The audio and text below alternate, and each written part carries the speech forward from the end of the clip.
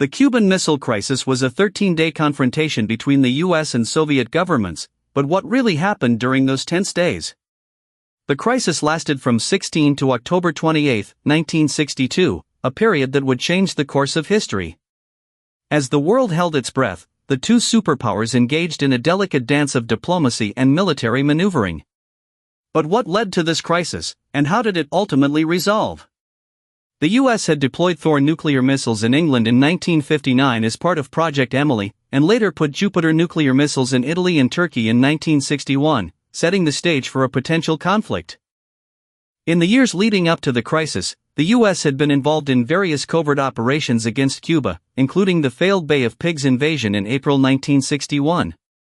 The US also trained a paramilitary force of Cuban expatriates for a CIA-led attempt to invade Cuba, and engaged in a violent campaign of terrorism and sabotage in Cuba from November 1961.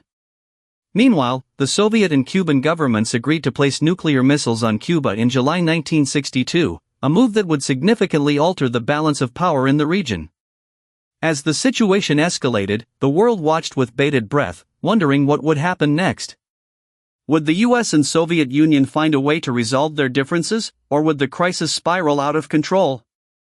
As the crisis deepened, the US discovered evidence of Soviet missile sites in Cuba, thanks to a U-2 spy plane that captured photographic evidence of medium and long-range launch facilities in October 1962. This revelation led to a naval blockade of Cuba, as President Kennedy ordered a quarantine to prevent further missiles from reaching the island. The Soviet Union, however, maintained that it was only supplying defensive weapons to Cuba, despite the presence of nuclear missiles. The situation was becoming increasingly tense, with both sides refusing to back down. What would be the next move, and how would the crisis ultimately be resolved? The Soviet Union had been seeking to counter the US advantage in nuclear missiles, and the deployment of missiles to Cuba was seen as a way to level the playing field.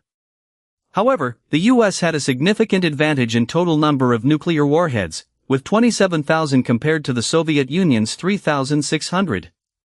The Soviet Union also had a 2-to-1 advantage in conventional ground forces, particularly in field guns and tanks in the European theater.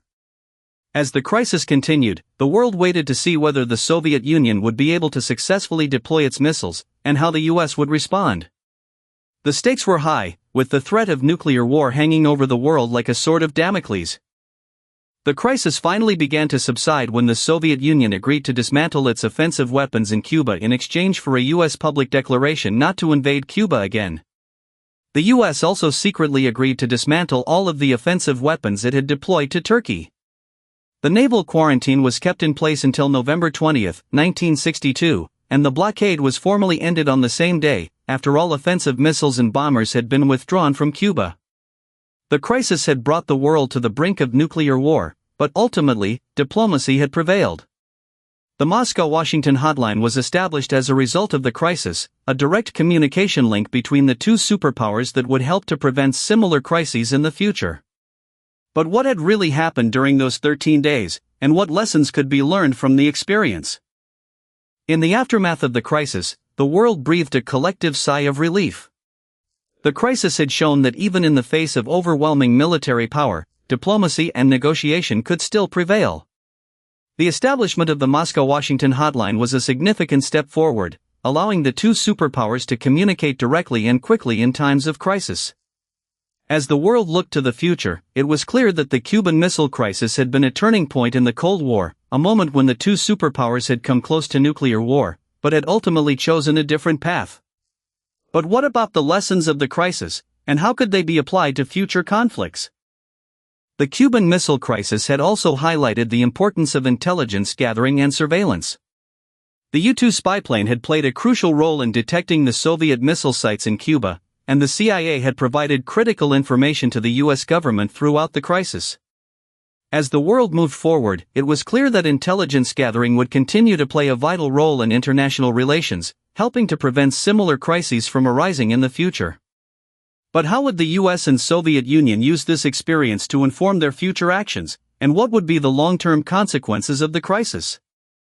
In the years following the crisis, the US and Soviet Union continued to engage in a delicate dance of diplomacy and military maneuvering. The Soviet Union continued to build up its nuclear arsenal, while the US maintained its advantage in total number of nuclear warheads.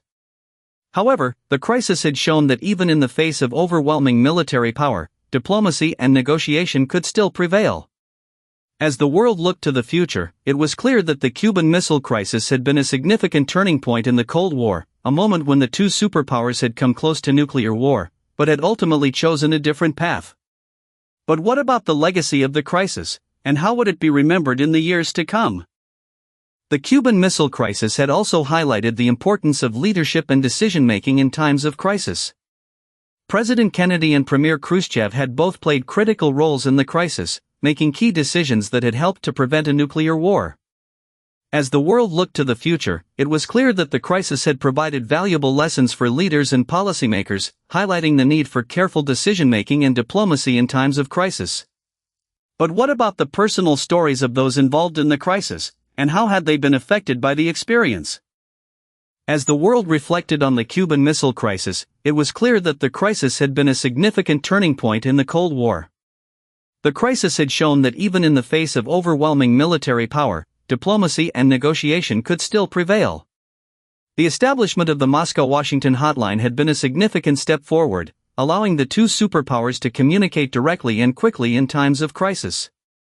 As the world looked to the future, it was clear that the Cuban Missile Crisis would be remembered as a moment of great tension and drama, but also as a moment of great diplomacy and statesmanship.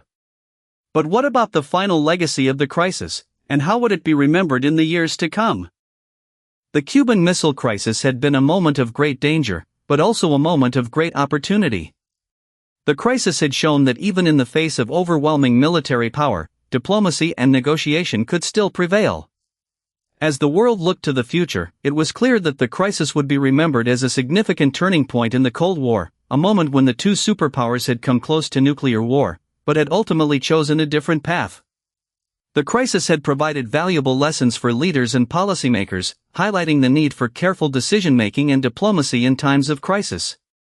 And as the world moved forward, it was clear that the Cuban Missile Crisis would continue to be studied and remembered as a moment of great significance in modern history.